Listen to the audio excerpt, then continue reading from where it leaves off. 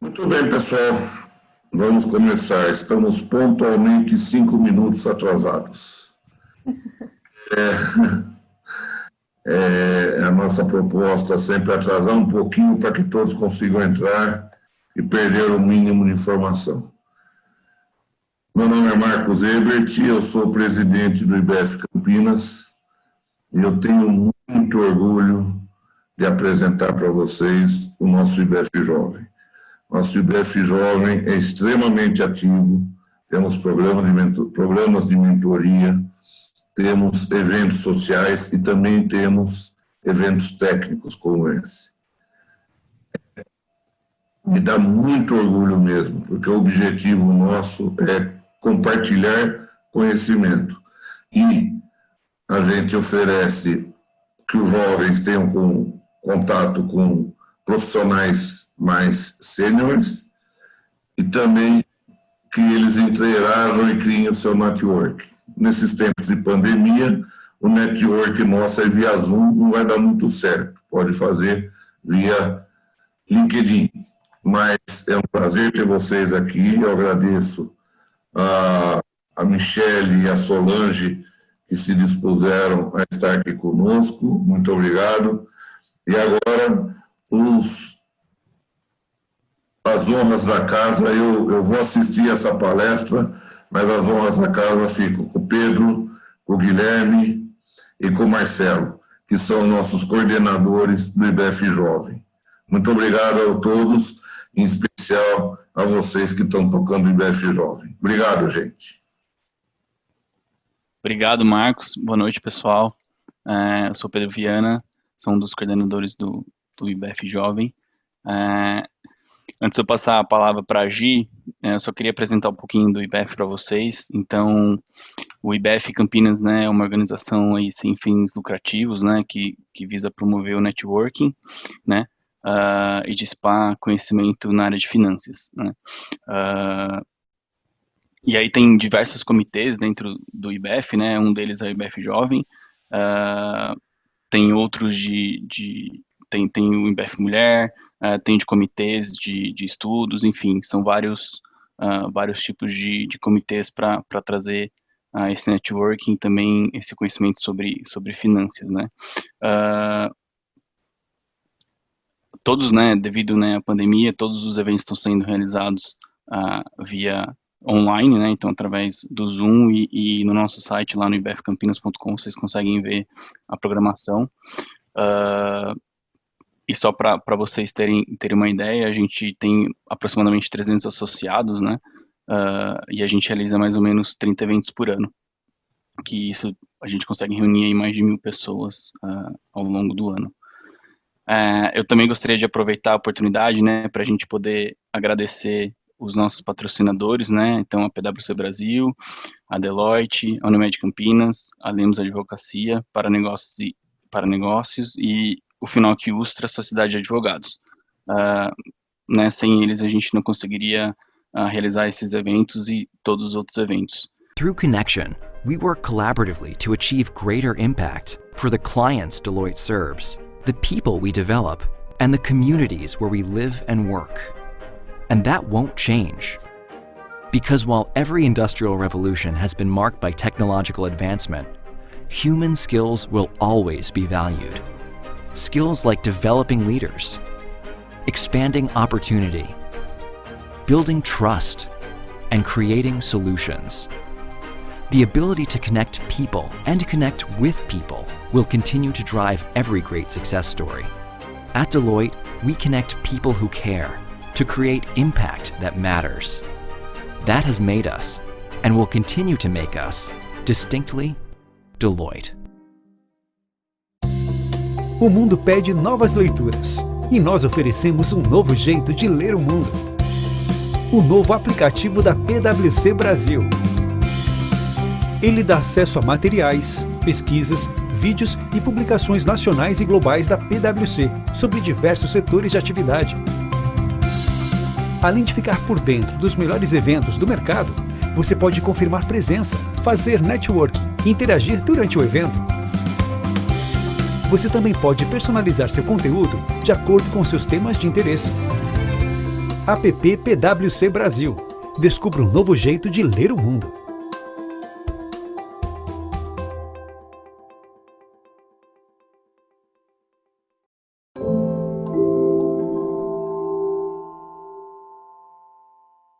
A Unimed Campinas existe para cuidar de você. Em 50 anos, passamos por muitos desafios e vamos passar por mais este. Estaremos juntos. Tenha certeza que com toda a nossa estrutura e tamanho, estamos preparados e prontos para te atender. E agora lançamos a teleorientação, nosso serviço online 24 horas com médicos e enfermeiros, para você ser atendido sem sair de casa, com segurança, pela internet ou telefone. Unimed Campinas. Nosso plano é cuidar de você. De 1978 para cá, muita coisa mudou. E com o Lemos não poderia ser diferente. Durante toda a trajetória do escritório, estratégias foram elaboradas, horizontes foram ampliados e habilidades desenvolvidas, resultando na formação de uma advocacia séria, ética e de excelência. Tudo conquistado graças a uma equipe de profissionais altamente capacitada e uma liderança participativa. Sem contar a prática de uma advocacia atualizada e que atende diversas áreas jurídicas.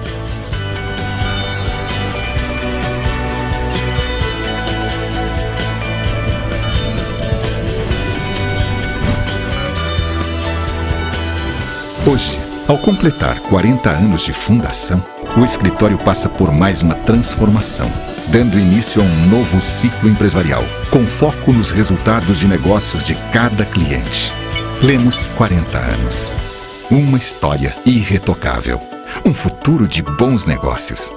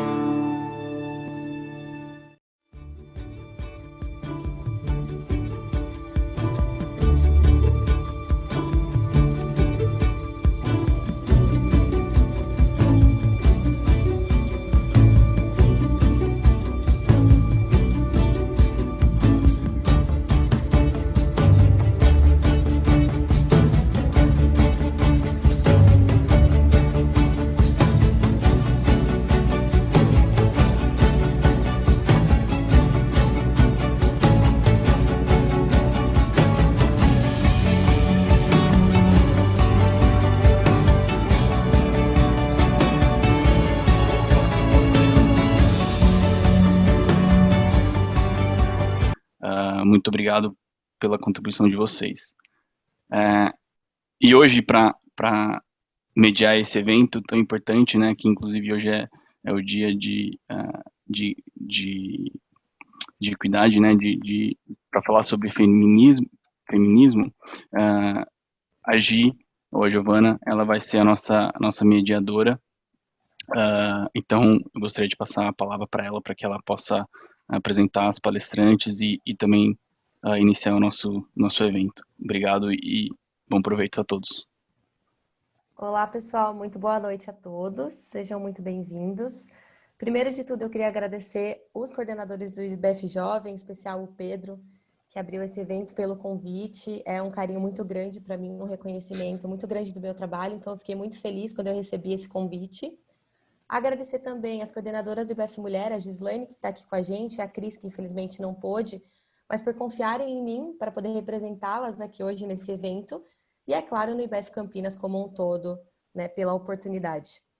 E é uma honra para mim estar aqui com pessoas desse calibre, como a Solange e a Michelle, para falar de um tema que eu gosto muito e debato muito com colegas e amigos, né? E aí hoje, para falar aqui conosco sobre esse tema de mulheres no mercado de trabalho, a gente tem a presença da Solange Sobral, que ela é VP Partner de Operações na CIT, e a Michelle Lopes, que é jornalista e analista de marketing digital também na CIT.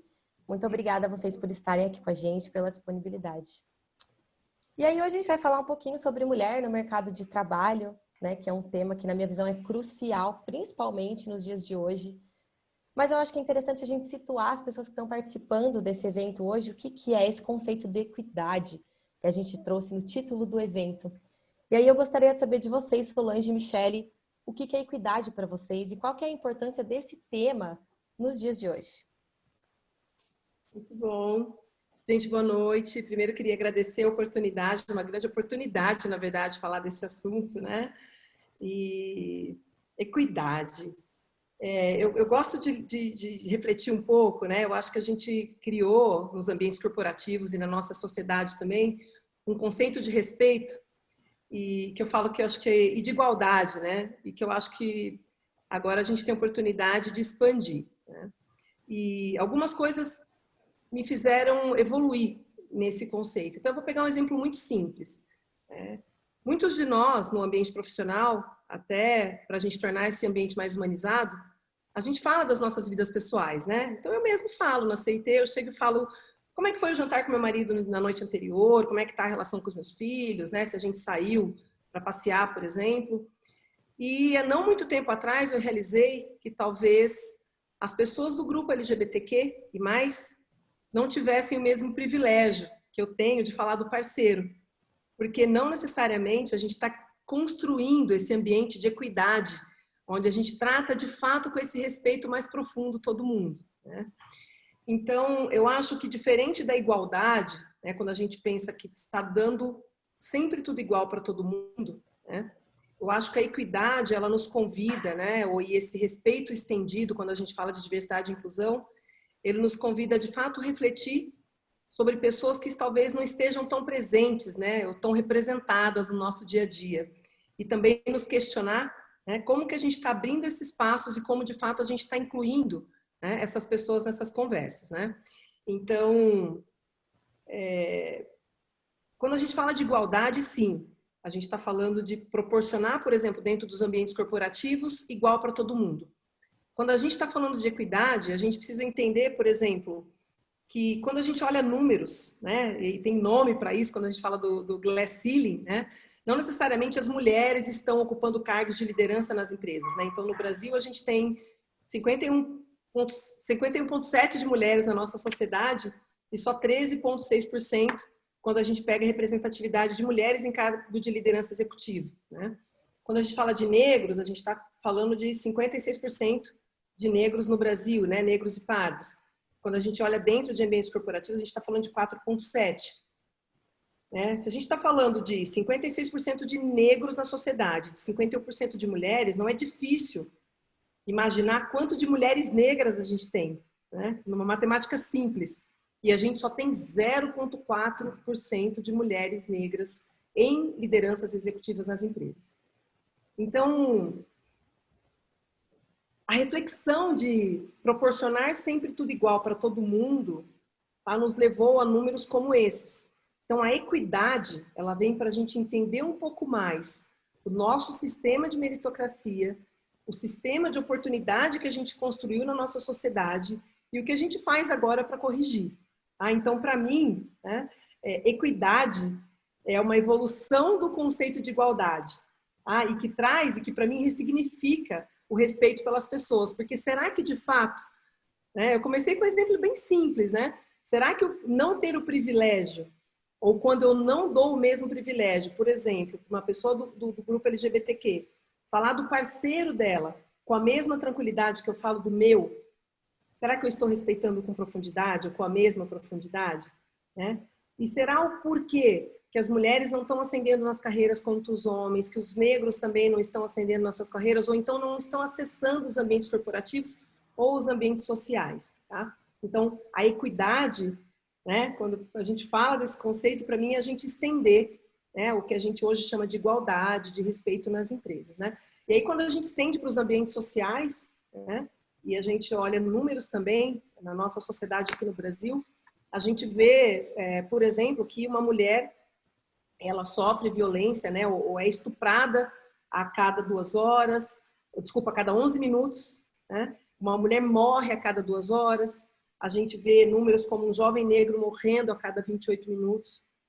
Então, é uma reflexão importante, né? Porque esse nosso sistema de oportunidades, a gente chega no momento, agora pega uma pandemia, a gente está escolhendo, de alguma forma, quem morre e quem não morre, né? Pelo nosso próprio modelo de organização social. De alguma forma, a gente está escolhendo. Mas só estendendo, então, para a nossa sociedade, o quão é importante também, né? A gente trazer esse conceito de equidade e ver, de fato, que talvez alguns grupos, né? E a gente chama aí dos grupos minorizados, né? Porque são maioria, mas em algumas vezes são maiorias, né? Mas, então, como a gente cria um ambiente de oportunidades melhores para que, de fato, né, pessoas que não tiveram oportunidades, porque a gente muda a forma de atuar, a gente coloca todo mundo numa posição minimamente mais parecida. Tá? Então, isso é equidade, é entender que nesse momento a gente precisa tratar de forma diferente, e eu espero o dia onde a gente não precise falar dessas diferenças, mas hoje a gente precisa entender, né, que as pessoas vieram de condições de oportunidades muito distintas, então a gente tem que tratar de forma distinta. E aí a gente está falando de ações afirmativas, de ações corretivas, para gerar esse ambiente de fato de equidade. É muito interessante isso que você falou, Solange, até porque eu quero até chamar a atenção de um movimento que a gente tem visto no mercado, que dentro das empresas, né, a gente temos times, né, de diversidade e inclusão, e que recentemente a gente vê a discussão, né, algumas empresas já têm adotado essa mudança, outras estão aí levantando essa necessidade de se falar sobre equidade, né, porque diversidade e inclusão, alguns times estão virando diversidade, equidade e inclusão. Isso mostra a necessidade da gente nomear algumas coisas, né? A gente precisa conhecer esses movimentos, essa necessidade da equidade, né? Para que ela preencha todo o contexto da empresa e que não seja responsabilidade de um único time, né? Acho que é por isso também que a gente está aqui para conversar um pouco sobre isso, independente de cargo, independente de área, para que é muito fácil que a gente fale de igualdade no sentido de, bom, a gente trata as pessoas, né, de maneira igual, todo mundo merece respeito, só que a gente esquece de olhar qual o contexto, né, social e econômico, racial, que as nossas pessoas do ambiente de trabalho, né, sobretudo, elas estão ali. E que, de fato, colocar essa prática de igualdade, ela não necessariamente quer dizer justiça, né? Então, nesse momento é interessante, concordo com você quando diz priorizamos a equidade, né? Acho que vai ser um momento de que a gente fale sobre equidade agora, para que depois a gente fale de igualdade, né? De fato, quando todo mundo já tiver uma noção da justiça, do contexto diferente de cada pessoa e principalmente da responsabilidade que todo mundo tem de abandonar os seus próprios vieses inconscientes, né, que estão intrínsecos a todos nós e que fazem com que a gente perpetue aí algumas estruturas como racismo, como machismo, que estão muito enraizadas na nossa sociedade. Daí a gente começa, então, falando de equidade, a gente elimina a desigualdade e daí a gente pode falar, bom, temos uma sociedade, um ambiente de trabalho igualitário. E é muito legal essa sua fala, Michele, porque ela vem nesse complemento com o que a Solange disse, que daí é um pouco a minha visão, né, pessoal, de que talvez essa aceitação, que por alguns pode até ser uma indiferença, né, ok, eu aceito ter um LGBTQ+, na minha equipe, mas isso é diferente de respeito, né? Isso é diferente de eu realmente me colocar nessa narrativa, nesse contexto, que é exatamente isso que você trouxe. E aí eu entro nessa fala de que essa tangibilização, né, desse conceito de equidade é fundamental para que a gente possa agora, inclusive, falar sobre o papel da mulher, né, no mercado de trabalho. E hoje, ainda bem, tem se falado muito sobre isso, né, e sobre a mulher no mercado e todos esses estereótipos infundados, muitas vezes, que existem. E o quanto isso gera um impacto no desenvolvimento dessas mulheres, pessoal e profissional, mesmo que muitas delas nem tenham sequer consciência disso, né? Esse impacto afeta todas nós, independente de que a gente saiba do tamanho dessa dimensão ou não. E aí eu queria saber como que vocês duas encaram, né, esse papel da mulher no mercado de trabalho em meio a essa desigualdade latente e esses conceitos aí e preconceitos que muitas vezes não fazem o menor sentido no final das contas. Quer começar agora, Mi? Vai lá. Ai! Bom, eu acho até que vou deixar um gancho aí até para depois você pegar, Sola, que eu acho que quando a gente está falando de equidade, a gente tem, obviamente, a gente tem que olhar para os grupos minorizados, né? E mulheres não são, não é um grupo minorizado, 51% aí é metade da população, mas de fato é um grupo que vem historicamente sendo colocado num lugar à parte, né? E geralmente não, sempre é à margem, e a gente vê essa movimentação para que as mulheres elas tomem o seu lugar à mesa aí no ambiente de trabalho e seja tratada de maneira igualitária, né?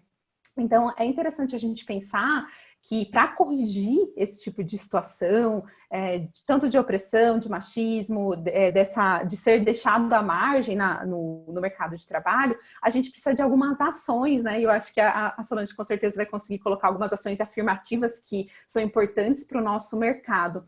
Mas eu queria deixar uma reflexão de que as mulheres no mercado de trabalho, para a gente olhar para essas colaboradoras, para essas mulheres, sejam líderes ou não, a gente tem que entender que existe uma história por trás. E a gente não está acostumado a, de fato, olhar para quem é aquela mulher, né? Sobretudo no mundo em que a gente tenta separar o pessoal do profissional, a gente tende a não olhar qual é a bagagem que essas pessoas carregam e chegam no ambiente de trabalho, né? Então, quando a gente fala sobre o ser mulher no mercado de trabalho, a gente precisa entender o que é o ser mulher lá, né, fora a gente tem que entender o que é o ser mulher no mundo. Então, o ser mulher no mundo tem um monte de machismo, tem a violência, tem uma insegurança constante, independente de onde você está, né, tem uma pressão social, a gente vê aí múltiplas jornadas, né, mulheres cuidando de tarefas domésticas e cuidando mais de cuidados com crianças e idosos, muitas horas a mais do que os homens, né? Isso é dados do IBGE que mostram, se eu não me engano, são 8 horas a mais ou 18 horas a mais, mas de alguma maneira é bastante, né? Existe a falta de mentoria aí dessas mulheres, né? Porque a gente olha para cargos de liderança, como a Solange colocou, 13% de mulheres no mercado de trabalho que estão em cargos de liderança é muito pouco. Então a gente olha para liderança de empresas, a gente só vê homens e a gente não se sente representado e acha que, bom, então meu lugar nunca vai ser ali, né? Então a gente precisa olhar para esse contexto, entender qual que é a bagagem que a mulher chega, qual que é a bagagem que aquela mulher está ali naquele ambiente, para poder favorecer mesmo com ações que mostrem, olha, aqui é o seu lugar, realmente o mundo ele não é fácil, né? Mas talvez mudando o ambiente corporativo e dando oportunidades a essas mulheres entenderem que, ok, eu tenho um espaço, isso também se reflita, aí depois a gente conversa um pouco mais, né? Mas também no mundo, né? Eu vou fazer um pouco de confissão e depois eu respondo. Eu acho que, né, e aí até como mulher, como negra, eu também venho de classe social, né, mais batalhadora, vamos dizer assim. Eu passei uma boa parte da minha carreira lutando para crescer, né? E confesso que eu tinha pouca consciência, quando a gente fala hoje das microagressões, né? Da síndrome da impostora, né? Da mulher, muitas vezes, né? Achar que não está pronta. Isso são números também, né? Me trouxe alguns. Então, tem algumas pesquisas que mostram, né? Tem uma oportunidade aberta, né? O homem com 60%, 70% ele se aplica, a mulher só nos 120%, ela não está pronta, né? Então tem números mostrando algumas questões, né? A questão de interrupção da fala de mulher. Então eu cresci, óbvio, né? Na mesa de homens, né? Trabalho com tecnologia, sempre liderando grandes empresas. E eu digo que eu sobrevivi nesse tempo todo sem entender muito bem o que estava acontecendo, né? E quando eu fui começar a entender mais e estudar mais sobre essas questões de diversidade e inclusão, né? Fundamentalmente de gênero, que você começa a ouvir sobre as microagressões, você vai fazendo bingo, falando, nossa, passei por isso, né? Passei por isso. E uma das coisas que eu refleti bastante foi que se eu soubesse disso lá atrás, isso teria me ajudado muito. Porque muitas vezes eu fui embora falando, poxa, eu sou mesmo incompetente, eu não sei articular igual esses meninos, eu não, né? E seria, eu falo que não seria mais fácil, porque eu acho que para toda liderança, inclusive para o homem branco, né? Chegar numa liderança tem muita batalha, né? Mas seria mais leve, talvez, se eu soubesse que aquilo não era sobre mim, mas que era sobre toda mulher e que era sobre mais ainda mulher negra, né? Então, depois de entender um pouco mais sobre essas questões, e um dia numa entrevista, uma jornalista me fez essa pergunta: qual que é o papel da mulher no mercado de trabalho? Eu falei, nossa, deixa eu pensar, isso eu estou matutando, tá? Então, é uma resposta pronta que eu tenho hoje, que eu queria dividir com vocês. Hoje eu acho que a mulher, principalmente a mulher que está na liderança, para mim, tá? Essa é a minha reflexão, eu me vejo responsável por 2 pilares, tá? Um primeiro pilar, eu costumo dizer para o meu time que é exercitar a representatividade. Porque se nós somos mulheres, estamos na liderança, mas estamos quietinhas, a gente não está conseguindo mostrar para outras mulheres que é possível. Então, sabe, a gente precisa ter mais mulheres aqui falando, a gente precisa ter mais mulheres escrevendo artigos, a gente precisa ter mais mulheres no palco, né? Ou nas lives, ou nos webinars, ou nos eventos internacionais digitais agora. Mas a gente precisa ter mais mulheres mostrando o trabalho tão competente que elas fazem quanto os homens também fazem. Não estou dizendo que as mulheres são mais competentes, mas a gente também é super competente. Então, eu acho que a primeira missão das mulheres no mercado de trabalho é exercitar essa representatividade, né? E mostrar o valor do nosso trabalho, quanto é complementar quando a gente soma, né, com a outra diversidade, com as outras diversidades. Então, esse para mim é um primeiro, exercitar a representatividade, mostrando para outras mulheres que é possível. Mas mais do que mostrar que é possível, para mim, a grande segunda responsabilidade é tornar possível. Então, eu acho que se nós mulheres não trouxermos essa pauta como uma pauta ativa dentro das empresas, e ativa nos 2 sentidos, tanto falarmos sobre esse assunto, quanto realizarmos ações para esse assunto, né? Ações corretivas, ações que vão, de fato, resolver os números que a gente tem nas empresas hoje, né? Então, eu vejo esse como a grande responsabilidade. Então, mais do que mostrar que é possível, né, é tornar possível. Liderar grupos que estão falando desse assunto. A gente chama na CIT, né, de face to the brutal facts. Então, vamos olhar os nossos números. Quantas mulheres a gente tem aqui? Quantas mulheres a gente tem em posição de liderança? Né? Quantos negros a gente tem aqui? Quantos negros a gente tem em posição de liderança? E PCDs, e LGBTQI+. Então, trazer esse assunto, mas de forma concreta. Olhar os números e, a partir daí, né, de uma forma engajante também, como que a gente coloca todo mundo, mulheres e homens aliados. Uhum. Essa batalha as mulheres não vão fazer sozinhas, os homens são muito fundamentais como aliados nessa batalha, né, para nos ajudar a mover para frente, né? Então, eu acho que esse também é um papel da mulher hoje, que está no mercado de trabalho, e fundamentalmente das mulheres hoje que estão na posição de liderança. Não dá para a gente não ter um compromisso de melhorar a vida de outras mulheres que estão aí, e que, se a gente fizer algo, elas podem chegar sim na mesma posição que a gente está, né? Quando a gente olha a nossa história no Brasil, quantas mulheres lutaram, né? Se a gente olhar a primeira mulher que, né, entrou na política, a primeira mulher que foi para a educação, a primeira mulher que se formou, então muitas mulheres passaram aí por grandes desafios para nos dar a oportunidade de estar aqui hoje, de poder ter estudado, de poder assumir um trabalho, né? E fundamentalmente assumir uma posição de liderança.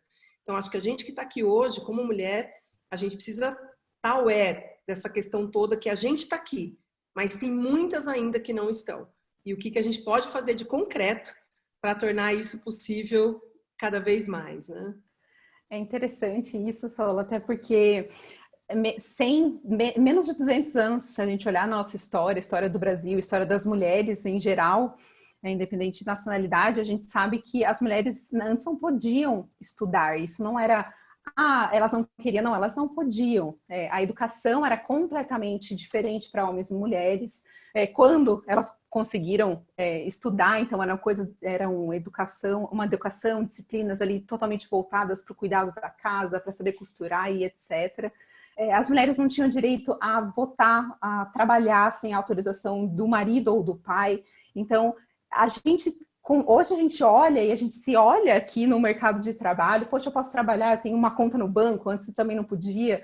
E isso não foi fruto de repente, um homem branco falou, toma aqui, pode ir lá, eu acho que você merece. Não foi fruto de muita discussão, de muita manifestação, de muita conscientização de que todos os seres humanos são iguais perante a lei, né? Isso está na Constituição.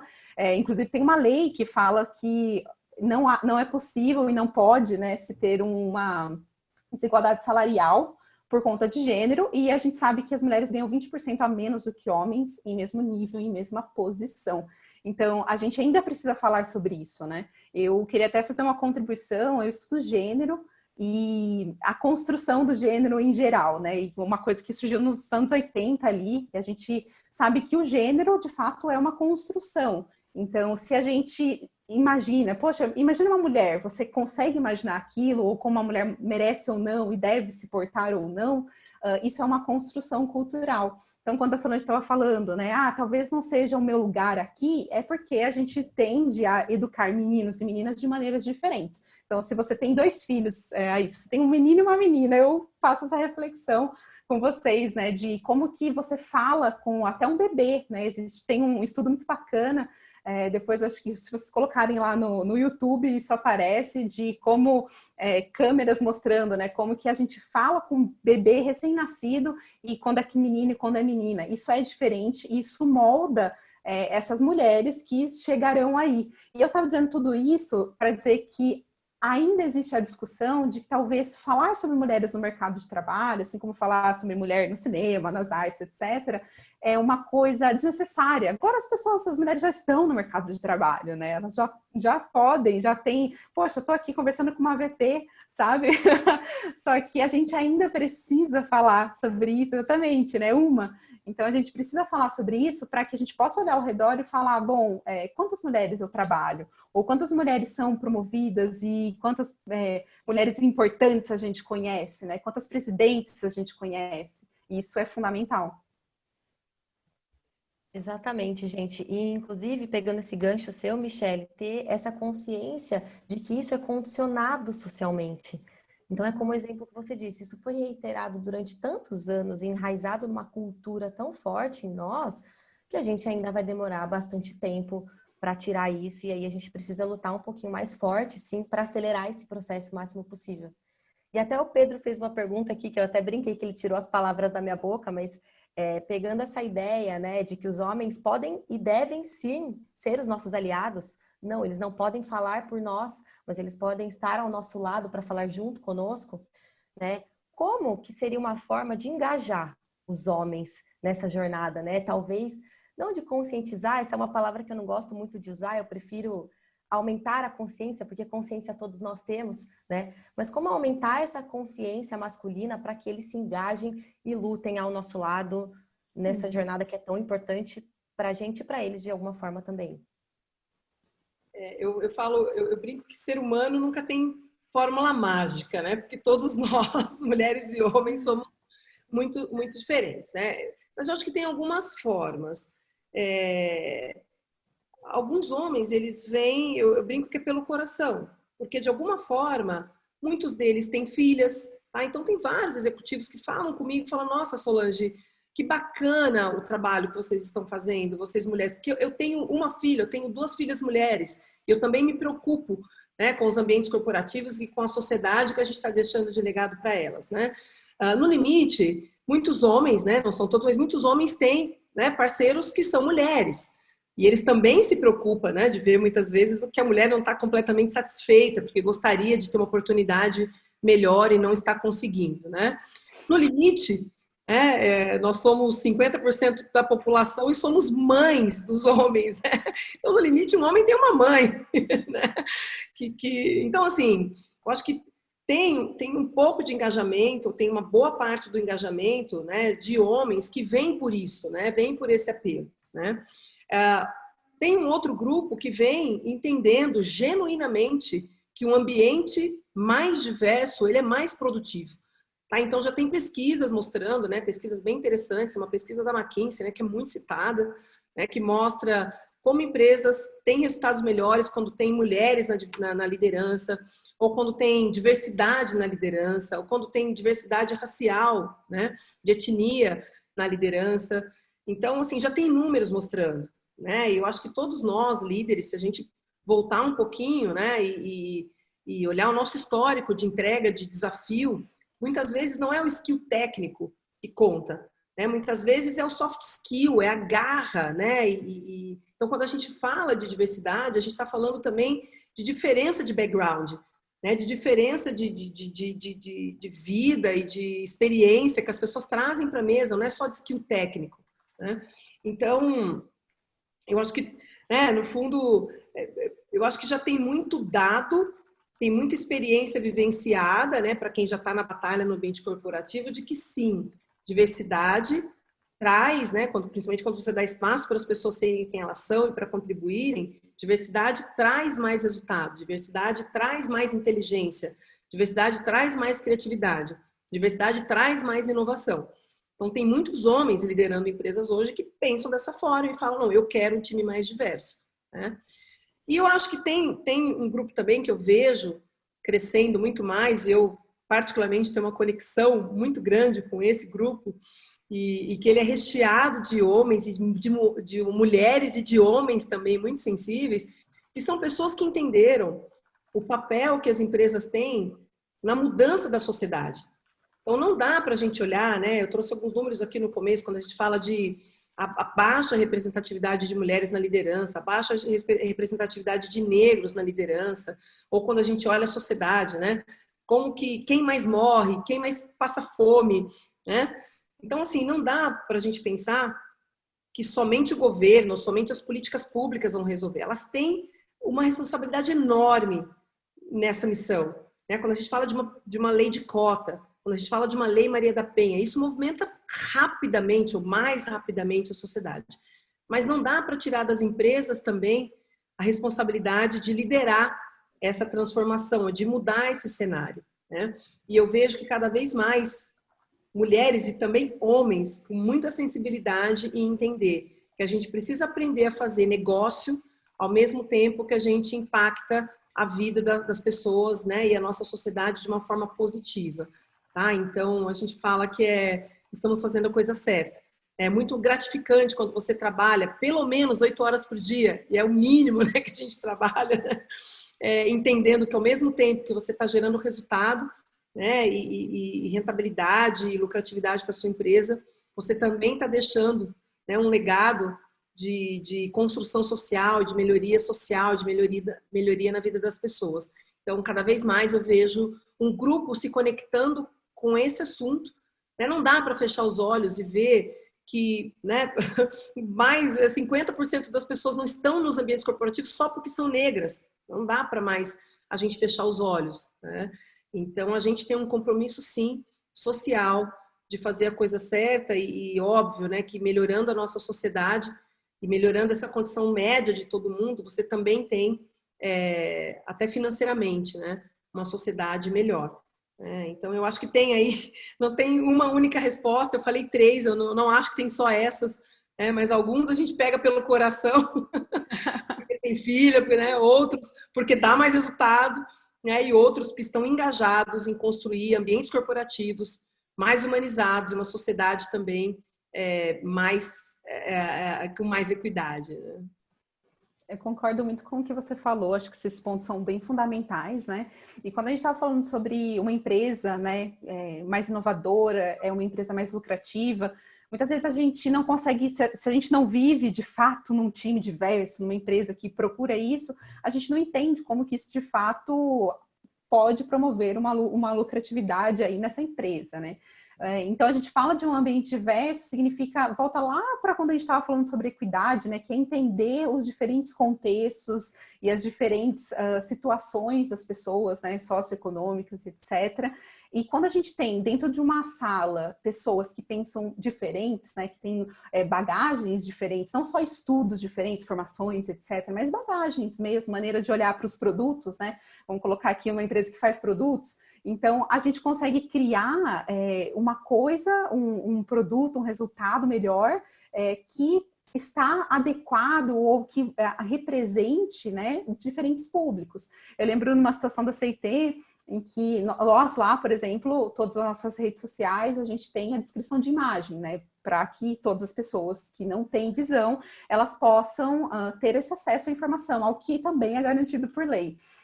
E numa situação a gente estava criando algumas artes, né? E uma pessoa que tem baixa visão, ela falou, olha, tá legal, numa descrição de imagem isso está ótimo, mas numa pessoa de baixa visão, no meu caso, isso está horrível. E é uma pessoa de baixa visão, e a gente não estava olhando, a gente estava olhando para quem tinha e para quem não tinha, né? A gente estava pensando só na descrição de imagem. E essa é uma coisa muito sensível, né? Que precisa mesmo daquela pessoa representando ali para falar. E claro, a gente fez as alterações, de fato a gente conseguiu, né? E pensando por esse lado, a gente conseguiu atrair essas pessoas, a gente conseguiu levar a informação, não só pensando na questão social, de garantir a informação, mas a gente também conseguiu levar a informação para esse público, né? Que é um público que merece e precisa ser olhado aí pelas empresas. E pensando especificamente nos homens, é interessante que a gente pense, né? Não só quando puxar por esse lado afetivo de olha sua mãe, mas eu acho que é interessante a gente pensar que quando a gente pensa nessa quebra de estereótipos femininos, né? O que é uma mulher, o que é um homem, a gente não liberta só a mulher, né? A gente também liberta o homem. Porque se hoje a gente consegue pensar, como uma mulher pode se comportar no ambiente de trabalho, ou como uma mulher pode se sentir segura no ambiente de trabalho, né? Ir para o trabalho e saber que não vai ter uma piada, que não vai ter algo machista, que se ela usar uma saia, ninguém vai, de repente, assediar essa pessoa, a gente também garante aos homens que esse ambiente também os acolhe, né? Também é um ambiente que que deixe todas as pessoas seguras e confortáveis ali de ser quem elas são, não necessariamente ter que, né, representar um papel da mulher, do que é esperado, nem o homem, que também se espera muito dos homens, e a gente também esquece de falar por esse lado, né? Então a gente precisa pensar na liberdade de todas as pessoas, que é o caso aí que a gente gostaria para o mundo, né? E essa é uma visão bem interessante. Ai, desculpa. Não, eu ia dizer isso, né? Que é isso mesmo. O machismo, ele é pesado também para os homens, né? Carregar né? O provedor, né? E a mulher a cuidadora. Então é isso. É até aquela ideia da masculinidade tóxica, né? Esse conceito que se tornou tão comum agora, mas é exatamente isso a gente também olhar, que é o que a gente estava conversando antes, né? É olhar com carinho para as narrativas e entender por trás. Hoje em dia é empatia para cá, empatia para lá, mas poucas são as pessoas que entendem que a empatia, ela não é só calçar o sapato dos outros, mas calçar o mesmo número, né? E você conseguir enxergar através de toda essa experiência que vocês comentaram. E, inclusive, falando disso, né, Solange, você até trouxe alguns dados, estava até lendo recentemente uma pesquisa também da Talensis com o INSPER, em que ela disse do ano passado, né, eles lançam ainda esse ano, não lançaram, mas que apenas 19% das empresas brasileiras aqui no Brasil têm lideranças femininas, né? E o próprio Fórum Econômico Mundial, também ele lançou um estudo em que ele fala que a gente só vai atingir a igualdade de gênero daqui a aproximadamente 257 anos. Eu não sei vocês, mas eu, assim, era algo que eu já imaginava, mas foi um choque. Porque quando a gente vê quantificado, a figura um pouco muda, né? E eu achei um dado extremamente alarmante. E aí, junto com o que a gente vem conversando, num tempo de coronavírus, em que essa disparidade aumentou muito, né? Com a dupla, tripla, quádrupla jornada das mulheres, nesse período tão confuso que a gente está vivendo, cada vez mais se torna imprescindível essa representatividade das mulheres enquanto líderes, que é exatamente o que vocês trouxeram. E aí eu queria saber de vocês, como mulheres, e até no seu caso, Solange, como uma líder, né, o que vocês destacariam sobre o papel da mulher na liderança e o poder que isso exerce em vocês e em toda a sociedade feminina? Perfeito. Muito, muito bacana. Eu vou linkar com o ponto que você colocou. Eu aprendi uma coisa bem legal no workshop com um neurocientista sobre empatia. E ele é muito útil no contexto dessa conversa, né? Então, ele fala que a gente erroneamente pensa que empatia é se colocar no lugar do outro, né? E ele explica que, na verdade, empatia está exatamente no momento que você entende que quando você se coloca no lugar do outro, quem está lá é você. Com o seu background, com seus pré-conceitos e links que você faz das situações, né? Então, a empatia é exatamente entender que você não pode se colocar lá. E em não poder se colocar lá, você tem que ouvir o outro. E na perspectiva dele, entender o que você faz, o que você pode fazer para apoiá-lo, para suportá-lo, né? Então, eu acho que esse é um grande aprendizado para a gente, em como a gente, sendo aliado dos vários grupos, como a gente ouve esses grupos, dá voz para esses grupos, para a gente saber de fato como a gente ajuda de forma efetiva, né? E aí, entrando um pouquinho na sua pergunta, como como líder, né? Para mim a resposta é muito simples e só tem uma, né?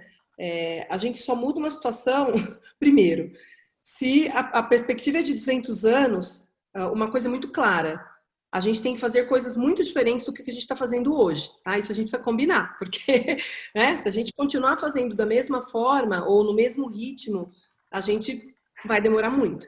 Então, essa é a primeira questão que a gente tem que entender, né? Eu preciso fazer mais e mais rápido, tá? E fazer mais o quê?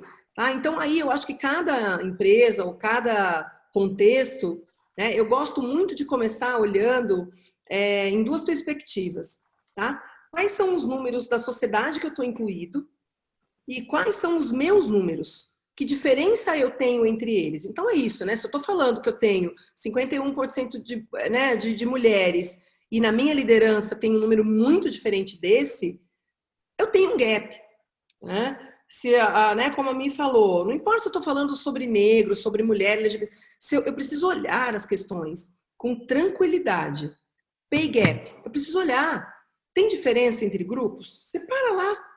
Um BI simples, né? Uma inteligência analítica muito simples. Separa o grupo de negros da sua empresa. Separa todos os outros grupos. Tem diferença salarial? Olha o número de mulheres na liderança. Tem diferença? Tenta olhar a evolução de carreira. Tem diferença? Então, assim, eu acho que tem perguntas muito básicas. O mato é muito alto. Então, se a gente fizer 3 perguntas bem básicas, olhar os nossos números, e se a resposta mostrar a diferença, tá fácil, é simples. É o que a gente faz para resolver essas diferenças, né? Então, mulher na tecnologia. É difícil pra caramba. Vamos achar essas mulheres. Tem mulheres formadas na tecnologia, onde elas estão? A gente vai descobrir que tem muitas pessoas negras, tem muitas mulheres que estão formadas nas nossas competências, ou nas competências que a gente precisa, e porque a gente não deu espaço, elas estão trabalhando em outros empregos, que não é que eles não sejam interessantes, mas é que talvez se a gente desse oportunidade, elas prefeririam trabalhar na sua área de formação. Tá? Então, eu acho que quando você, primeiro, entende que precisa fazer diferente, olha os seus números, e de fato começa um por um, falar como eu resolvo. Então, vou dar um exemplo muito prático. Não estamos conseguindo trazer mulher para tecnologia. Tá? A gente fez uma mudança no nosso processo de seleção. Cota, vamos chamar como a gente quiser. A gente não fecha o processo sem ter o mesmo número de homens e mulheres. Nos próximos 3 processos consecutivos, a gente conseguiu contratar o mesmo número de homens e de mulheres. Tá? Então, a gente precisa começar a experimentar. Tá? E depois vai dando certo, eu vou escalando esse tipo de coisa para toda a empresa, né? Então, eu acho que é uma atitude de entendimento, tá? Eu vou falar um pouco também, vou dividir um pouco da minha posição como líder. Eu também costumo dizer, eu fiz ciência da computação, né? E eu acho que a gente precisa olhar as nossas formações, né? Eu trabalho com muito engenheiro, com muito psicólogo que está no RH. Quando a gente fala de diversidade e inclusão, às vezes a gente está falando muito de história, de ciências sociais, de antropologia. Então, acho que a gente também precisa ter a humildade de entender que a gente não sabe sobre esse assunto. E a gente precisa estudar sobre ele. Tem muito vocabulário, tem muito aprendizado, tem muita coisa que já deu certo, tem muita coisa que já deu errado. Tem anos de estudos, quando você olha em antropologia, quando você olha em história. Então, acho que a gente tem que ter a humildade de entender que é um assunto que a gente não domina e estudar um pouquinho sobre ele. Ah, então, eu mesmo estou estudando, né? Não é porque eu sou negra que eu sei, né, todo o percurso histórico do negro e o legado histórico do negro no Brasil. Não é porque eu sou mulher que eu entendo sobre o machismo estrutural. Então, a gente precisa estudar sobre o racismo estrutural, sobre o machismo estrutural. A gente precisa estudar o que um LGBTQI+ sofre no nosso país. Tá? Então, a gente precisa entender, né, esse contexto social que a gente está inserido, olhar a nossa empresa, olhar com tranquilidade os nossos números. Somos racistas. Olha os nossos números. Somos. E, a partir daí, o que a gente faz de ação concreta, né, para... no primeiro mês, no segundo mês, no 6º mês, em um ano, a gente mudar de uma forma mais rápida do que nos nossos últimos 3, 4, 5 anos, tá? Então, eu costumo dizer que é gestão de projeto, é simples quanto isso. Olhar onde a gente está, setar objetivos de longo prazo, né, de médio prazo, de curto prazo, e criar ações, tá? E aí lembrando, não só ações de diversidade, onde a gente está trazendo mais a diversidade, mas também ações de inclusão, onde a gente está realmente garantindo um espaço de equidade para dar oportunidade para todo mundo crescer. Então, por exemplo, queremos trazer mais negros. A gente sabe que se a gente não flexibilizar o nosso modelo de hiring, de contratação, a gente não traz negros. Por exemplo, se a gente colocar inglês no processo de seleção, a gente sabe que muitas das pessoas negras no Brasil não tiveram como pagar para ter a segunda língua. Então, quando eu coloco que o inglês é requisito, eu já tirei uma boa parte dos negros do meu processo de seleção. Aí tudo bem, eu trouxe. Aí eu falo, agora eu estou numa empresa global. Se eu não dou um complemento de formação de inglês para essas pessoas que eu trouxe que não têm, eu não estou dando o mesmo espaço de competitividade para elas em relação às oportunidades de crescimento, né, dentro da empresa. Então, eu também preciso pensar na inclusão e como eu acelero, né, isso também. Tá? Então, acho que tem uma longa jornada, né? Óbvio que tudo não acontece de um dia para o outro, mas acho que é olhando isso com concretude e pensando em ações concretas também para corrigir, né? Tem no meio, né, que fala muito sobre diversidade e inclusão, tem uma frasezinha que diz que a diversidade é quando você convida para a festa e a inclusão é quando você tira para dançar. Então, que realmente, né, só reforçando o que você falou, não adianta a gente contratar um monte de pessoas negras, etc., mas não dar condições dessa pessoa ser promovida e daí, de fato, a gente mantém ela ali naquele cargo mais júnior, né? E isso é importante que a gente fale sobre inclusão. Eu queria reforçar um ponto que, quando a gente fala sobre qual é o papel da mulher na liderança, e também uma coisa que você falou, né? É interessante que a gente olhe com clareza e transparência e aceite os nossos defeitos aí e os nossos vieses inconscientes. Até para vocês que talvez não estejam muito familiarizados, né, com a questão do viés inconsciente, todos nós temos, né? Isso não é algo negativo, isso nos tornou vivos, né? Até agora. E só para vocês saberem, a cada segundo a gente recebe 11 milhões de bytes de informação. Só que nós só somos capazes de processar conscientemente 40 bytes de informação. Isso significa que, sei lá, eu estou olhando aqui essa lamparina e eu não preciso pensar muito bem, tá conectada na tomada, etc. Não, eu sei que ela ilumina. Então, isso faz com que meu cérebro possa passar aí pelo dia.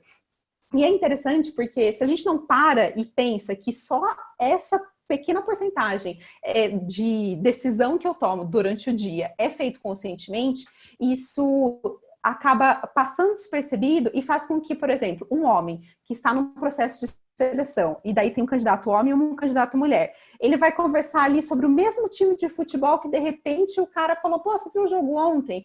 E aquilo cria uma afinidade, e no final, aquela decisão acaba pesando. Pessoas, a gente sabe que existem pesquisas, né, de contratação e, de fato, quando se tem um nome, ao mesmo currículo, quando tem um nome de mulher, ele acaba tendo um prejuízo aí no valor que ele tem. Então, se a gente pensa que sem atividade, a gente reduz quem a gente contrata, quem a gente promove, garanta que mulheres sejam contratadas, promovidas, que tenham essa representatividade e que, não porque elas são mulheres, vamos dar um espaço porque é uma mulher, mas porque ela é vista como um profissional de fato, como uma profissional capaz de liderar uma empresa, como vice-presidente, como uma profissional ali capaz de ser líder de um projeto grande, né? Na CIT é interessante que a gente tem alguns grupos de afinidade, né? Que também são grupos que as pessoas se reúnem ali para conversar, para pensar em ações, né, ações afirmativas, como a gente estava falando, que corrijam algumas falhas, né, não só internas, mas que são falhas mesmo intrínsecas a esse processo, né, como eu falei, tem esse viés inconsciente. A gente tem programas de mentoria, como a Sola falou ali, né, a gente olha, mulheres não estão na liderança, o que a gente faz? Bom, faz uma pesquisa com essas mulheres, por que você não está estudando mais, por que você estagnou nessa parte de educação, o que está te faltando? E esse programa, ele consegue fazer com que essas mulheres, elas destravem ali bons potenciais, que às vezes está parado por desânimo, por tarefas domésticas, porque a mulher teve filho e voltou, e daí a vida está uma loucura. Então, olhar para isso com cuidado é necessário, é aquilo que a gente está falando, é a equidade, né? A mulher, por exemplo, falando da maternidade, acho que a Saulo também tem muita coisa para contribuir, teve bastante filho ao longo da carreira, eu acho que a gente olha para essas mulheres e ela fica muito tempo fora, numa licença maternidade, para a empresa, bom, ficou fora, né? Mas ela está contribuindo, está colocando um ser humano no mundo, um ser humano que vai tornar algo melhor, porém ela é vista como um profissional bom. Não vamos talvez promover então ela, porque ela vai precisar sair, vai tá grávida, né? Hoje a gente vê ainda bem muitas pessoas relatando, principalmente de talent acquisitions, né? Falando que, bom, a gente contrata mulheres grávidas, não tem problema. Antigamente, a mulher ficava grávida, nem precisa voltar, né? E era muito assim, a gente sabe, nossas mães, etc., contam essas histórias. Então, é importante que a gente olhe para isso. E eu só queria deixar, antes de você falar sobre maternidade, Solange, queria deixar uma reflexão mesmo, que é algo que a Giovana falou sobre a questão da pandemia. A gente fala sobre a pandemia e a gente está falando, muitas pessoas estão conseguindo trabalhar de casa, o que é bom, só que se a gente olha para números de violência doméstica, a gente teve relatos aí, 40% a mais de denúncias, 20% a mais, dependendo do estado. E isso, nossa, mas por que será? Porque as mulheres, elas estão confinadas, estão isoladas em casa e a violência doméstica acontece aqui. E quando a gente olha, a gente acha que isso está muito longe, mas às vezes está dentro da sua empresa, né? Então, o que é que a sua empresa está fazendo para isso? Para olhar para essas mulheres que estão em isolamento social e que às vezes estão passando por isso, e como que... E se acontecer de uma mulher te procurar qual é o canal, né? Então, são pequenas coisas que a gente tem que olhar, porque se trata sobre mulheres. E se você tem mulheres na sua empresa, você também tem que estar antenado nessas coisas, né? Porque o que está acontecendo na sociedade provavelmente também está acontecendo com as suas colaboradoras, né? Eu vou só 3 pontos do que você falou, mas você falou da questão do currículo, né? Eu vi uma pesquisa super interessante, acho que foi nos Estados Unidos. Então, eles pegaram o mesmo currículo, e era o mesmo currículo, exatamente o mesmo, você viu mesmo currículo, e eles mudam o nome.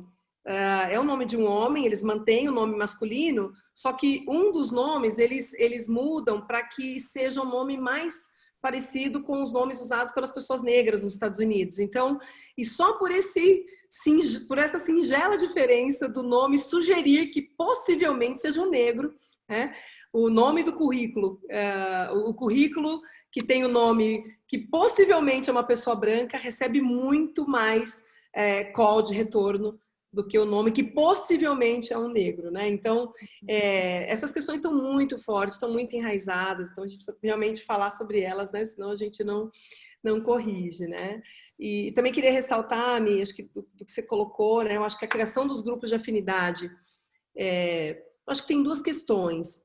Eu acho que elas trazem um amadurecimento do assunto muito, muito mais veloz. E eu acho que não é só ter o grupo de afinidade, mas eu acho que a gente está conseguindo acertar na forma.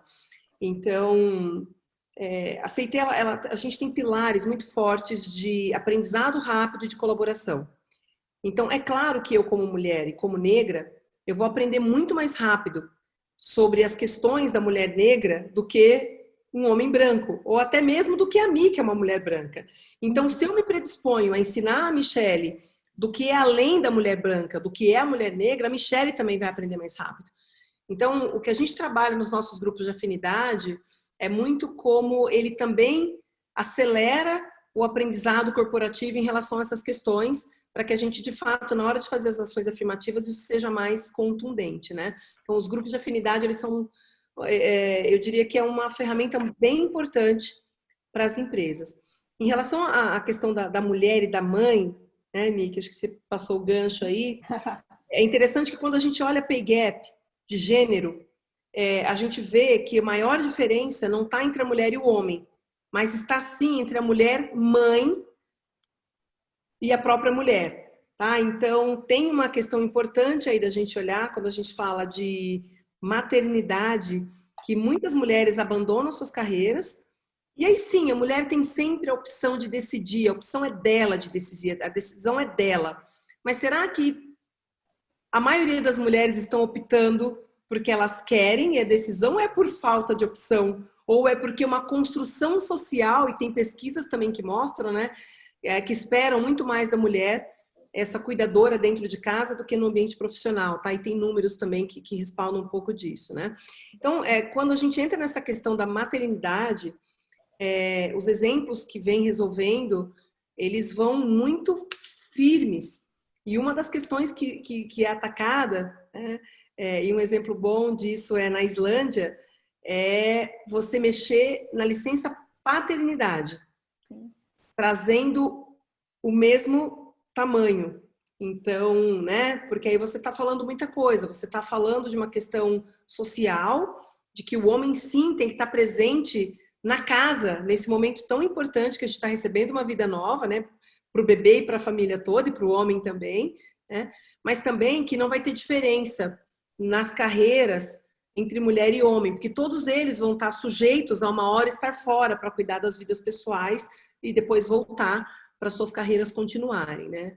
Então, eu acho que para a gente tratar esse assunto, Mi, a gente vai ter que ser mais firme aí em algumas questões que hoje elas estão distantes das nossas conversas nas empresas, eu vejo, né? Eu vejo tá bom, a gente aumenta um pouquinho, mas não é sobre aumentar um pouquinho. A gente está falando de 20 dias para o homem e 6 meses para a mulher.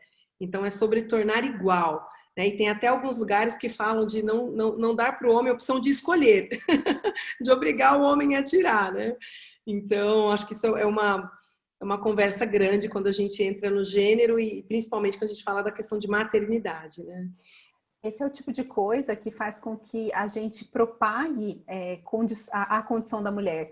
Porque se a gente não fala, bom, a licença maternidade e paternidade ela vai ser igual, a gente coloca aí um peso maior nessa ausência da mulher. E assim vai, né? Então, quando você contrata ou vai promover e etc., você vai olhar para aquela mulher grávida e falar, vai ficar 6 meses fora, né? Então, tem aquilo. E se você não altera, e não adianta alterar, falar, mulher, então você fica 20 dias só fora e pode voltar. Não é isso.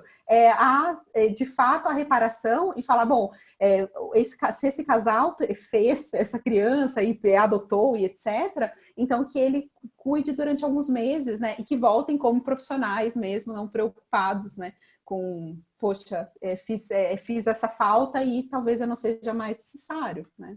Acho que a gente está no tempo, né? Mas tem toda uma construção social em cima disso, né? Então, esses dias estava refletindo, né? Por que me trouxeram essa reflexão, né?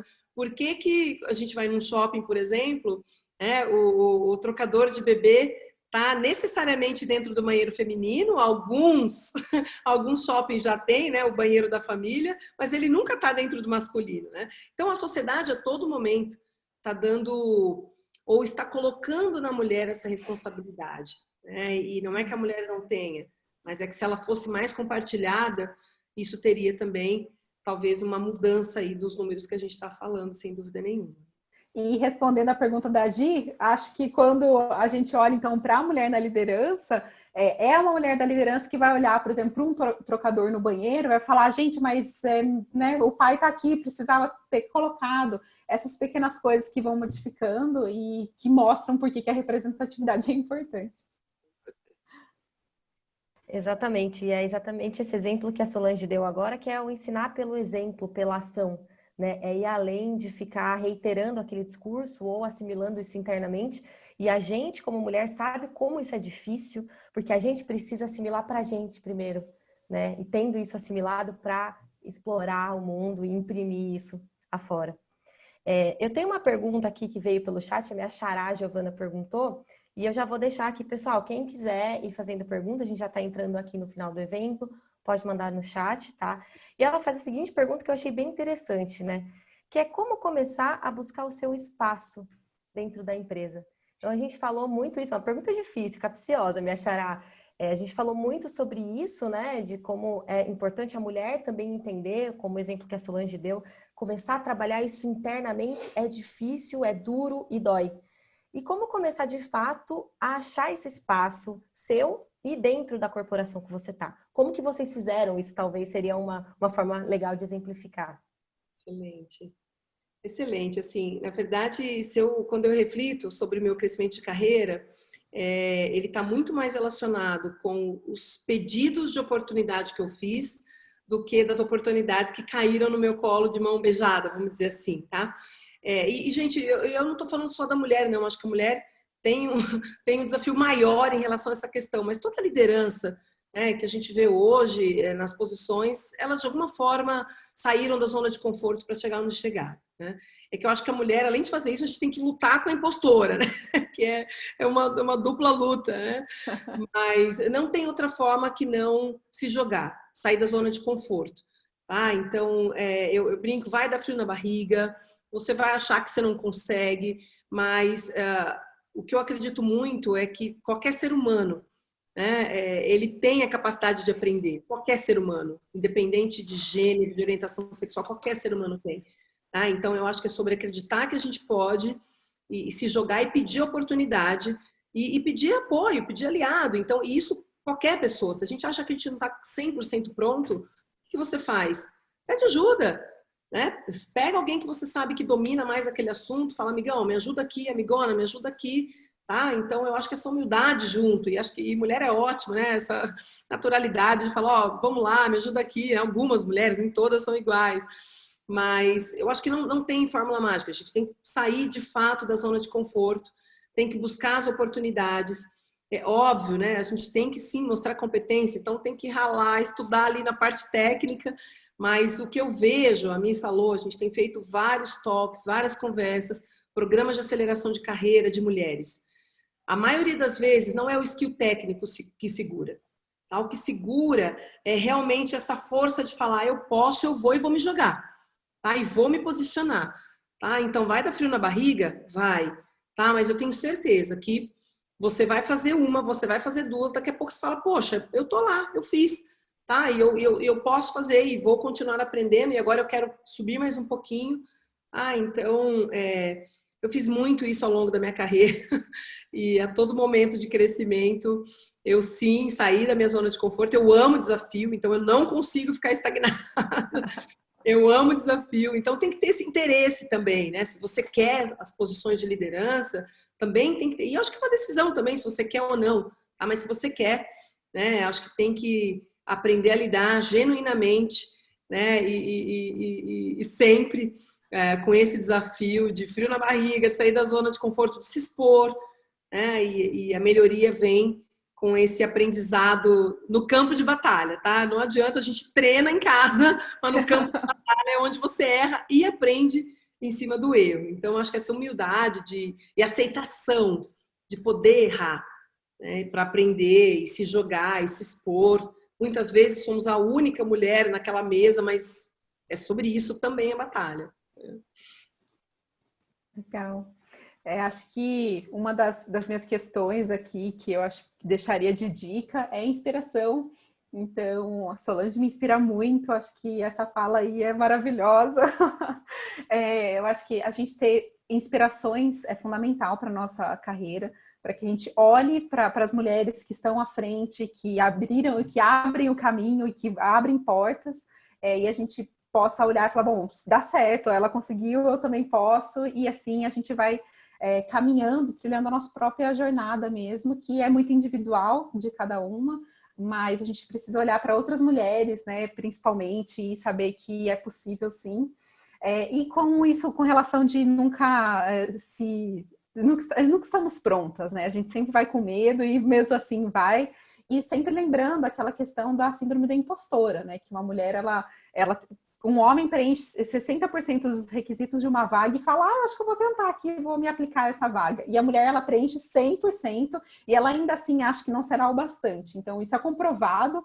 Até se vocês quiserem ler as pesquisas e os projetos aí que falam sobre a síndrome da impostora, é interessante para a gente ver. Então, acho que saber que a gente nunca vai estar pronto, nunca vai se sentir pronto é importante para que a gente vá indo e vá aceitando esses desafios que fazem com que a gente esteja sempre em movimento, né? E eu acho que, por fim, a instrução, eu acho que é importante que a gente, não que também finja ser uma pessoa boa e vou lá com coragem, mas falta a técnica, né? Mas acho que há tanto a técnica como conhecimento de mundo, principalmente conhecimento da história das mulheres é interessante, porque quando a gente lê, sei lá, Reivindicação dos Direitos da Mulher, um livro escrito no século XVII, e você olha e fala, nossa, essa mulher estava lutando para que eu pudesse estudar. Então você vê o que veio atrás e você se mantém e fala, não, se eu não posso, não é uma opção eu falar que eu não consigo ou que eu não quero me sentar à mesa. Eu vou porque teve muita coisa antes, né, que foi por mim, então vou abrir aí para as próximas gerações. Acho que isso mantém a gente sempre atuando em prol da equidade. Ô, Mi, eu vou só reforçar a questão que você falou do medo, né? Que eu acho que ela é muito fundamental, assim, porque eu acho que a forma como as pessoas lidam com o medo, e todas têm, tá? Todas têm, é do ser humano, né? Acho que quase um instinto de sobrevivência. Então, o medo, ele é natural do ser humano. Acho que a forma como a gente lida com ele é o que nos faz dar o passo à frente, né? É óbvio que todas as situações que eu pedi um crescimento, uma oportunidade, era uma oportunidade desafiadora. E eu tinha medo de não dar conta também, né? Mas a forma como eu encarei foi o que me fez me posicionar lá e errar também, e melhorar e aprender e chegar na posição que eu cheguei. Então, acho que isso é muito importante, até nas conversas que a gente tem, né, com as nossas mulheres, assim. E muitas vezes a gente fala assim, não, é porque eu não precisava falar naquela reunião, porque todo mundo já tinha falado o que era importante, sabe? Então, o quanto disso é o nosso medo de se expor e a gente sabe que tem uma cobrança maior ainda, né, na mulher, que ela vai falar, mas fundamentalmente lidar com ele, se a gente realmente quer uma ascensão de carreira e na vida e na minha experiência, né, cada ser humano é diferente, a gente precisa aprender a lidar, sim, com o medo e encarar ele de frente, porque ele é parte do processo de melhoria e se a gente se submete a ele, a gente não dá o passo à frente, não. Eu queria reforçar um ponto, né, que a gente falou aqui sobre o papel dos homens, né? Então, quando a gente fala também sobre isso, é interessante que se os homens compreendem a importância do papel deles nessa promoção da equidade, por exemplo, se na reunião só falou homens, é um papel dessa pessoa que está desperta, perguntar, bom, mas eu não ouvi o comentário, a opinião da fulana, ou se a fulana tentou falar 30 vezes e ela foi cortada. Não, peraí que eu quero terminar de ouvir o que ela estava falando. Isso é o tipo de coisa que reforça e que mostra o papel da importância desses aliados, né, quando a gente está falando aí da equidade, e que dá oportunidade para aquela mulher que estava tentando falar e ela foi cortada 3 vezes, ela fala, deixa quieto. E daí, quando alguém pergunta, ela fala, não, vou falar então. E assim a gente vai construindo juntos esse ambiente, né, onde de repente ou cortar o outro falando não é aceitável, né?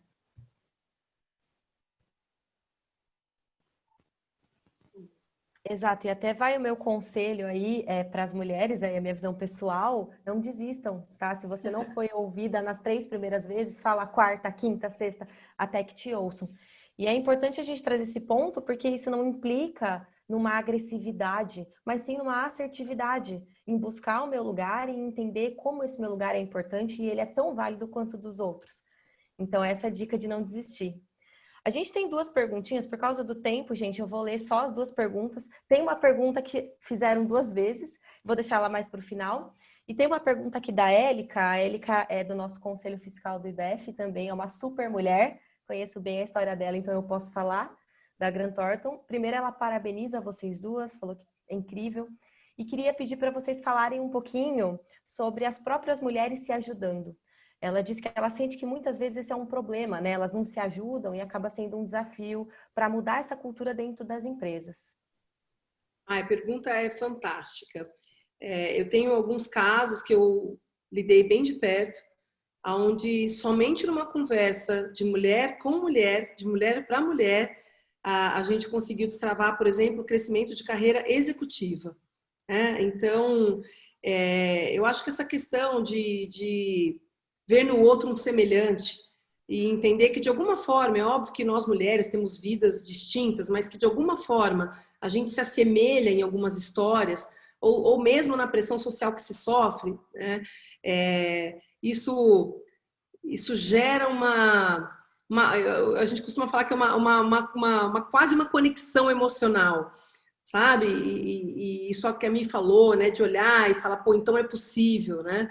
Então, quando eu falo do papel da mulher em exercitar a representatividade, então é isso também, é entendendo que talvez só nós mulheres vamos conseguir desbloquear carreiras, sabe? Eu tenho feito muito talk com mulheres, com 70 mulheres, às vezes sábado de manhã eu falo, gente, sábado de manhã eu tenho minha família, mas não, vamos lá na causa, né? Mas quando você termina uma conversa só com mulheres, você fala, cara, eu sei que 3 mulheres daqui vão mudar a sua vida, sabe? Então, é super importante. Eu acho que tem realmente situações e exemplos que só a mulher vai ter a percepção de quanto aquilo é profundo, por exemplo, né? E aí, se a gente pegar mães, tá? Que foi até esse caso que eu trouxe mais de perto, né? De uma executiva. Quando você pega a mãe, sabe? Só a mãe sabe a dor que é deixar o filho em casa, ter que vir trabalhar. Para o homem também é difícil também. Então, os homens também precisam conversar sobre isso, né? Eu estou falando um pouco na perspectiva da mulher, né? E muitas de nós, vou falar de mim, eu cresci com a minha mãe trabalhando em casa. Então, eu também ia trabalhar e falava, será que eu não tinha que ficar em casa? Será que eu tenho que ir mesmo? Não, mas eu quero ir, né? Então, a forma como você lida com isso e como sou uma esposa, sou mãe, maternidade, amamentação, né? Eu tive o meu primeiro filho, quando eu entrei na CIT, era bem mascote da empresa, tinha 1 ano, e as minhas 2 eu tive em franco crescimento de carreira, então viajando, amamentando. Então tem coisas que só as mulheres vão conseguir conversar ou vão ter a sensibilidade, ou vão saber que botão que você toca para realmente desbloquear aquela carreira, e muitas vezes não é tomar a decisão no lugar da outra mulher. Isso é muito importante também, sabe? A mulher, ela toma a decisão e se a gente quer empoderar de fato a mulher, né? E a mulher já tem poder, né? Não sei o quão certa a palavra empoderar, mas vamos usar no momentinho aqui. Se a gente quer empoderar a mulher, é dar para ela a decisão da vida dela, né? Como mulher, como esposa, como profissional, como indivíduo. Né? Então, não é dizer você tem que ascender na sua carreira, não. Mas é dar para ela, né, o desbloqueio ou tirar algumas complexidades e falar, você também pode. A partir daí, como mãe, como esposa, como mulher, né? A partir daí, agora você decide. Mas essa conversa é super importante, o ponto é muito relevante. O dividir para conquistar é uma tática de guerra aí, a gente já sabe. E se as mulheres não perceberem que só se unindo com outras mulheres e colaborando para a ascensão, para o empoderamento daquela outra mulher, que como coletividade, nós, enquanto mulheres, a gente se sente representado e a gente se sente favorecido aí com equidade no mundo, daí a luta pela igualdade de gênero, ela não funciona.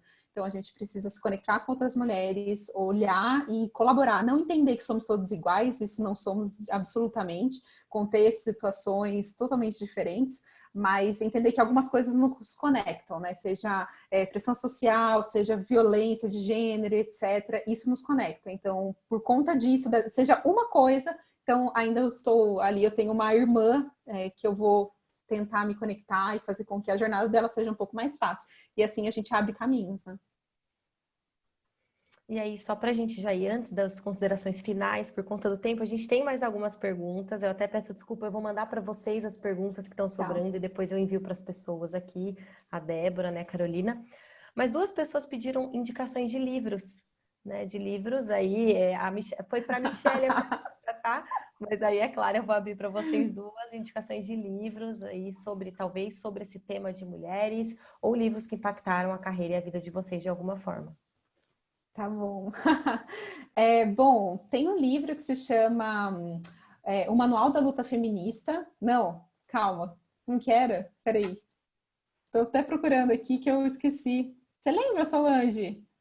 Ai, calma. O Clube da Luta Feminista é um manual para um ambiente de trabalho machista, e ele é muito interessante não só para as mulheres, mas também para os homens, porque ele traz pequenas situações do nosso cotidiano que são muito corriqueiras e mostram como a gente, na hora, ali a gente tira aquela situação e assim a gente vai num processo de educação, né?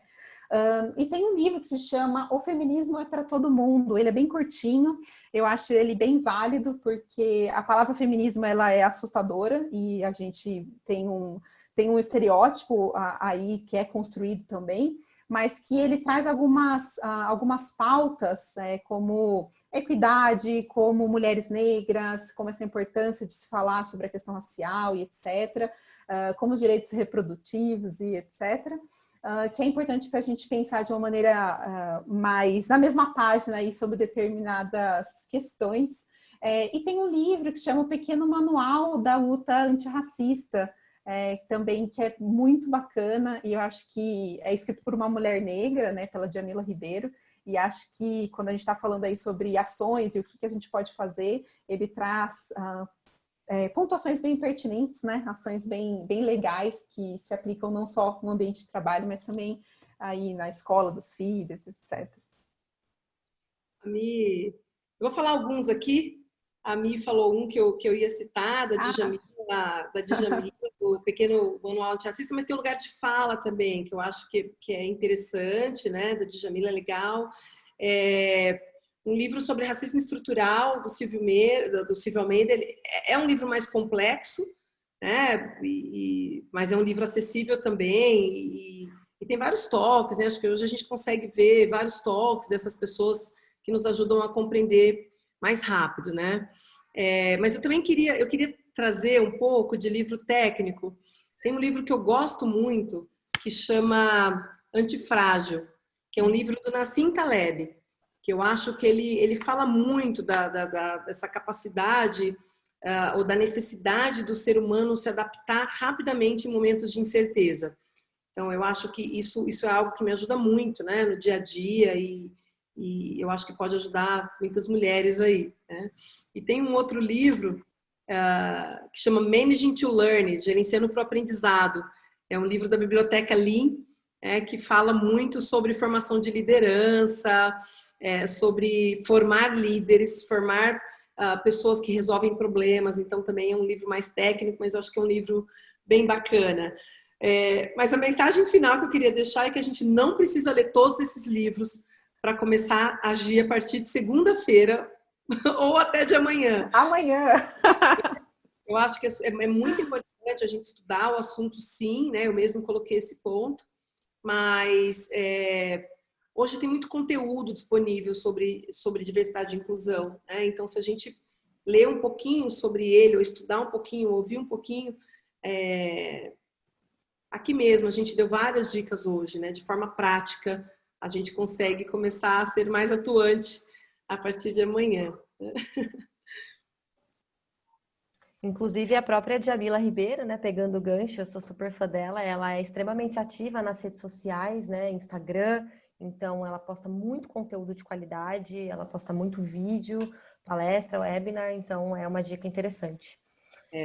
E aí, o Silvio Almeida também, né, tem uns toques rápidos que você consegue entender minimamente, né, essa construção do racismo e o quão deliberadamente isso foi construído, né? Então tem muito conteúdo interessante, sim, sem dúvida. Com certeza. E para a gente finalizar, infelizmente, né, a gente tem o tempo, poderia ficar horas aqui falando com vocês, mas queria saber considerações finais e se vocês pudessem dar uma dica rápida, né, para como nós, tanto pessoas quanto empresa, né, podemos dar um empurrãozinho aí para essa disparidade diminuir o mais rápido possível para que a gente alcance essa tão quista equidade. Qual que seria essa dica que vocês teriam para dar? Vai lá, Mi. Você primeiro agora. Eu acho que é fundamental que a gente tenha na consciência de que diversidade e inclusão, falar sobre equidade, promover equidade, colaborar para que essas lutas elas ganhem proporções interessantes, para que a gente não tenha essa perspectiva só de 250 anos, né, para a igualdade de gênero acontecer, que a gente tenha bem consciente que isso é um papel de todo mundo. Isso não é da área de diversidade e inclusão, isso não é só da liderança, a gente não faz nada se tiver uma área super estruturada e bacana, e também a gente não faz nada se só tiver um líder que está ali falando, mas ninguém tá comprando a ideia, ninguém está achando isso fundamental. Então, acho que todo mundo, assim como na luta contra o machismo, na luta contra o racismo, todo mundo tem o seu papel ali, porque de alguma maneira ou a gente está sofrendo essa opressão ou a gente está fazendo, né, ou colaborando para que essas estruturas elas se perpetuem. Então, que é importante que a gente estude, que a gente se conscientize, que a gente colabore na conscientização de outras pessoas e que a gente atue onde a gente estiver, num trabalho voluntário, dentro de casa, dentro do ambiente de trabalho. Isso, puxar a responsabilidade todos os dias e lembrar disso todos os dias é uma luta constante e incansável. Bom, Mi, acho que o que eu penso vai muito ao encontro do que você pensa também, mas o que eu gostaria de deixar de reflexão, porque eu acho assim, quando a gente pensa numa sociedade, quando a gente pensa numa empresa, ela nada mais é do que uma soma de indivíduos, né? Eu vivo brincando, a CIT não é uma entidade, né? São as pessoas que estão na CIT, que fazem a CIT. Somos nós, cidadãos brasileiros, que fazemos a sociedade Brasil, né? E às vezes é fácil a gente tirar a carga da responsabilidade, jogar lá no racismo estrutural, no machismo estrutural, no Brasil, né? E, de novo, né? É óbvio que governo, leis, né? Políticas públicas têm um grande papel acelerador nessas questões, mas o que eu queria trazer de reflexão é mais por indivíduo, porque eu acho que se individualmente nós começarmos a ter uma atitude de maior equidade em tudo, no nosso ambiente profissional, em relação às marcas que a gente consome, né? A gente de fato muda a sociedade, né? Se individualmente a gente começar a ter uma atitude de mais equidade. Então, eu acho que a reflexão que eu queria deixar, e eu juro que eu estou fazendo a minha, eu não queria dar a resposta, mas eu queria que individualmente a gente pensasse aí nos próximos 3 dias, qual é o nosso papel individual na transformação dessa sociedade. Porque a gente tem um papel individual. Então, qual é o nosso papel individual? Eu acho que se cada um de nós responder essa pergunta e começar a atuar, né, e pode ser no aprendizado, a gente vai errar muito. Sem dúvida nenhuma, a gente constrói um Brasil, uma sociedade e empresas, né, muito mais humanizadas, né, muito mais diversa, muito mais inclusiva, que geram um impacto social muito mais interessante. Tá? Então, dividindo, falei que não ia dividir, mas dividindo um pouco da minha reflexão e da minha missão, que eu tenho trazido para mim, né? Mas o que eu queria deixar é que cada um fizesse essa reflexão individual.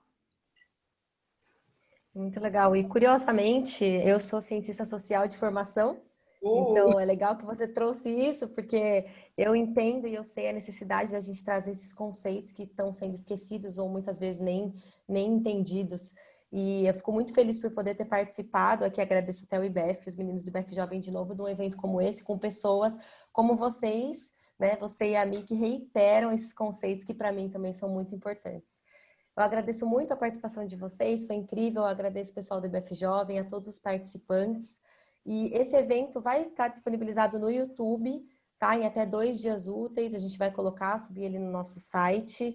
Quem quiser conhecer um pouquinho mais do IBEF, pode nos procurar, tá? Depois eu coloco aqui para vocês o nosso e-mail no chat, ou mesmo através do site. A gente tem alguns outros eventos em aberto, inclusive um evento agora no dia 4 de setembro do IBEF Mulher, tá? Que é um evento de mindfulness, a gente quer trazer esse momento de relaxamento para as pessoas nesse momento de pandemia. Então, fica a minha gratidão para vocês e a todos que assistiram e uma boa noite para todos. Obrigada, gente, para quem nos está ouvindo. Boa noite, obrigada, IBEF, pela oportunidade. Boa noite, Tchau, tchau. pessoal. Muito obrigada.